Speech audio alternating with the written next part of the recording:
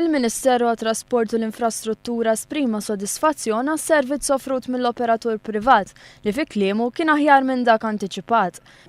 Kien nhar it-tlieta li għadda meta ġie deċiż li 68 bendibus ikunu rtirati mit-toroq Maltin wara sensiela ta' inċidenti li xi bendibuses kienu involuti fihom fl-aħħar jiem. Mill-erba' daħlu fis-servizz coaches privati tal-Unscheduled Bus Services li permezz tagħhom is-servizz baqa' għaddej b'mod normali mingħajr ebda ntoppi. Fil-fatt il-Ministeru għat-Trasport ikkonferma li fl-ewwel jum bis-servizz ġdid ma kienx hemm ilmenti kbar minn dawk li użaw is-servizz ħlief għal xi każijiet iżolati.